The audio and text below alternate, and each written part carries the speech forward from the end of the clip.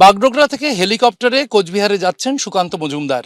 হাতে সময় কম, প্রচারে যেতে হচ্ছে বিভিন্ন জায়গায় এবং সে কারণেই ব্যবহার করা হচ্ছে হেলিকপ্টার। আমি সরাসরি চলে যাব সুকান্ত মজুমদারের কাছে। হেলিকপ্টারের ব্যবহার এই বিশেষভাবে নির্বাচনের সময় দেখা যায় আপনাদের বিভিন্ন রাজনৈতিক দলের নেতাদের এই হেলিকপ্টার ব্যবহার করতে। প্রয়োজনটা ঠিক কোথায় এবং কতটা?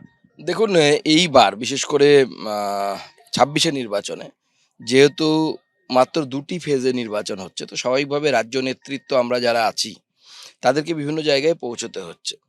এবং তার সাথে সাথে আপনারা জানেন যে নারী শক্তি অধিনিয়ম বিল এসে গেছে।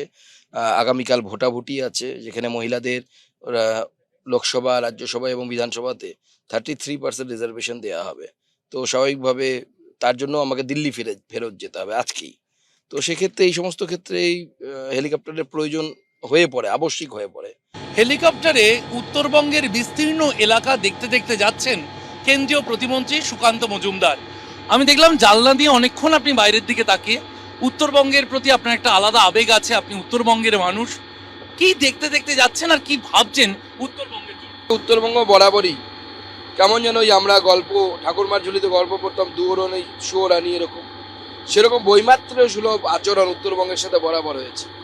গত বাজেট অনুসারে, যেটা ফুল ফ্লেজেড বাজেট ছিল, উত্তরবঙ্গের জন্য বরাদ্দ ছিল 961 কোটি টাকা, যা ক্যালকুলেশন করলে দাঁড়ায়, কারণ প্রায় 3.5 লক্ষ কোটি টাকার উপরে বাজেট আমাদের পশ্চিমবঙ্গে, 3.7 লাখ কারোর।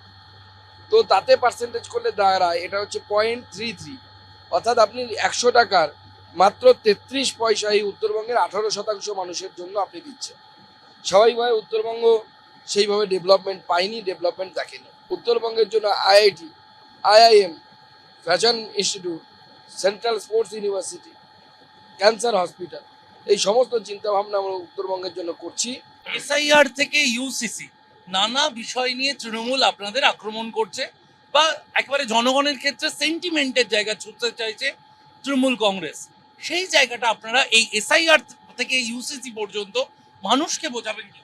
দেখুন, তৃণমূল এখন মানুষকে বোকা বানানোর চেষ্টা করছে। তৃণমূলের হাতে আর কোনো ইস্যু নেই, ডেভেলপমেন্টাল মডেল নেই।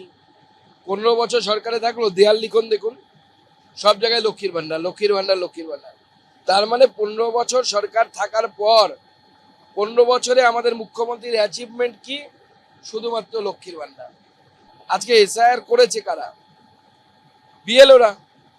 মমতা বন্দ্যোপাধ্যায়ের বসানো, এসআইআর আগেই উনি বিডিও, এসডিও সব পরিবর্তন করেছিলেন, তার হাতে বসানো বিডিও, এসডিওরা। আজকে সেই জন্য কিছু মানুষের নাম যে কাটা গেছে, যারা হয়তো যোগ্য, সে তো ট্রাইব্যুনাল বলবে আগামী দিনে, তাদের জন্য দায়ী হচ্ছে মমতা বন্দ্যোপাধ্যায়ের সরকার।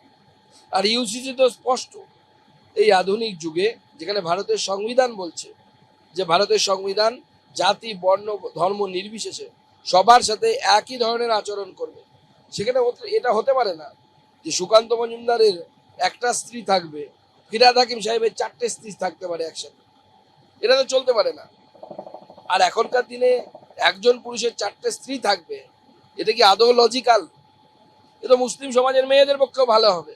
এই যে হেলিকপ্টারে প্রচার, এতে কি প্রচারের গতি আরো বাড়তে চলেছে এই আগামী এক সপ্তাহের মধ্যে, বিশেষ করে সংসদ শেষ হলে?